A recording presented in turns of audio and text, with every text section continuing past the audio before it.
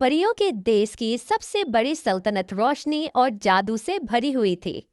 उस सल्तनत की सबसे कीमती चीज एक हसीन शहजादी इजाबेला थी, जिसकी माँ बरसों पहले दुनिया से रुखसत हो चुकी थी।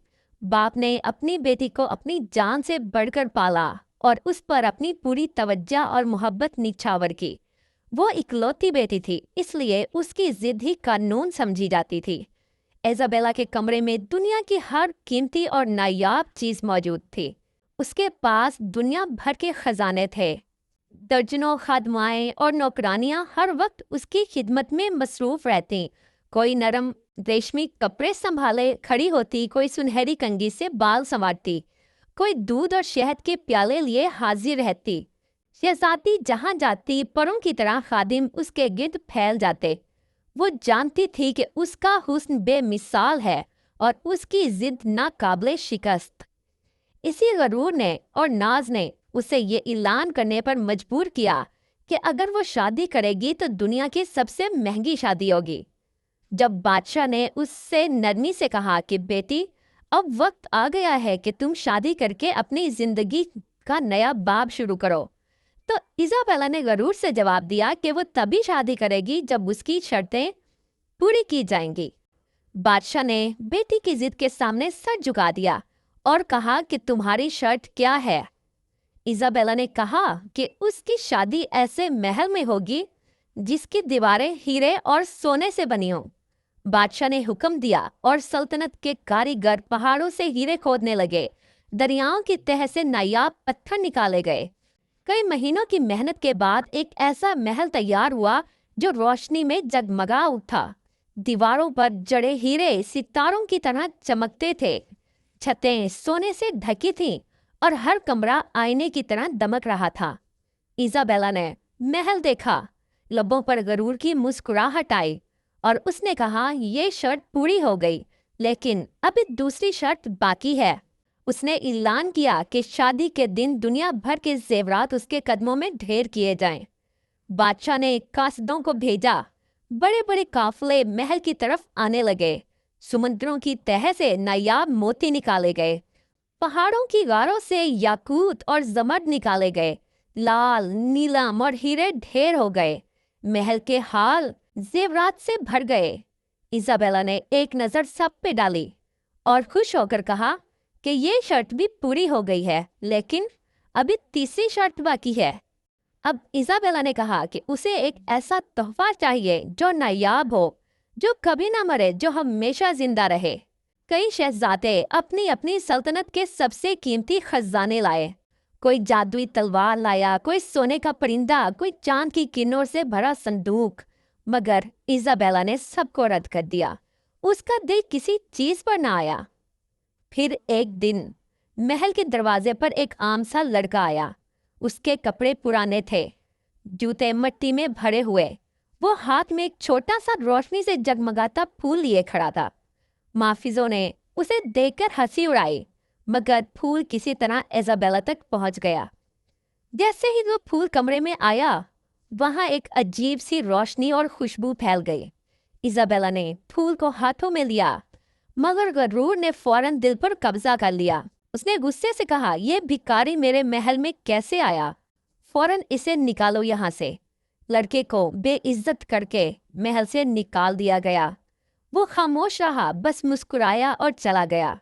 इजाबेला ने ऐलान किया कि ये शर्त भी पूरी हो गई, लेकिन अब आखिरी शर्त बाकी है। चौथी शर्त सबसे मुश्किल थी। इजाबेला ने कहा कि शादी के दिन उसका दिल हंस पड़े, वरना शादी नहीं होगी। बादशाह ने दरबार में सब कुछ करके देख लिया।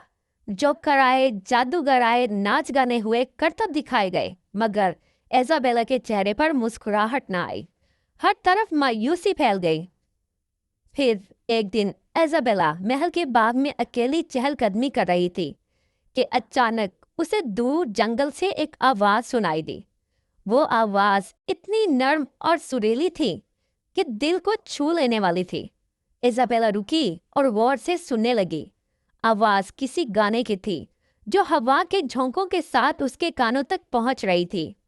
तजस्सुस ने उसे खींचकर जंगल की तरफ बुला लिया।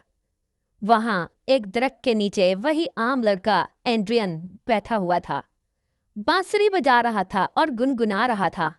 इजाबेला रुक गई।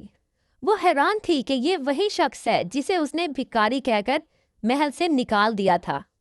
उसकी आवाज में इतनी मिठास, इतना दर्द और इतनी सच्चाई थी कि इजाबेला बेअख्तियार सुनती रही।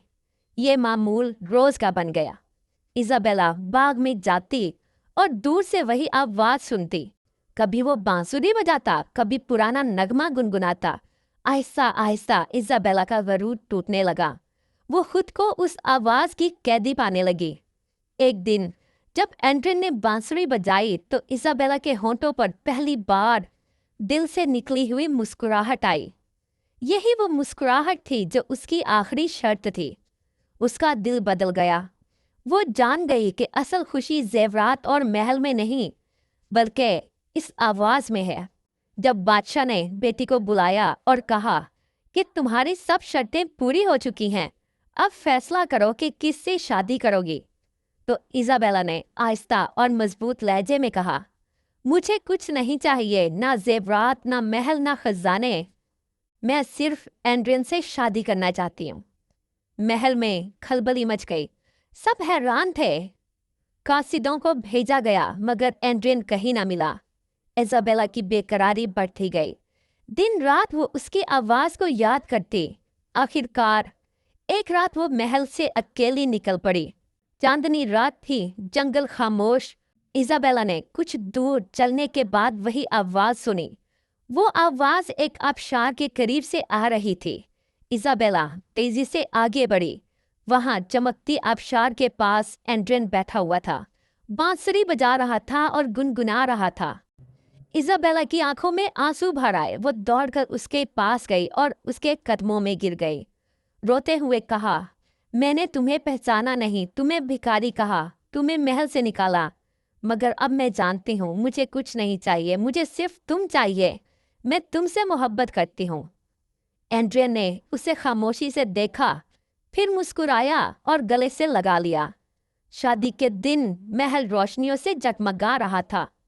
सब मेहमान हैरान थे कि शहजादी एक आम लड़के से शादी कैसे करेगी। मगर जब बारात पहुंची तो सबकी आंखें खुल गईं। सुनहरी घोड़ों और फौजी दस्तों के साथ एंड्रियन शहजादे की शान में आगे बढ़ रहा था। तब उसने सबके सामने कहा कि वो दरअसल एक सल्तनत का शहजादा है।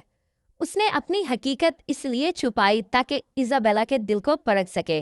और आज ये शादी दुनिया की सबसे महंगी शादी है, क्योंकि उसकी कीमत दौलत नहीं बल्कि सच्ची मोहब्बत है।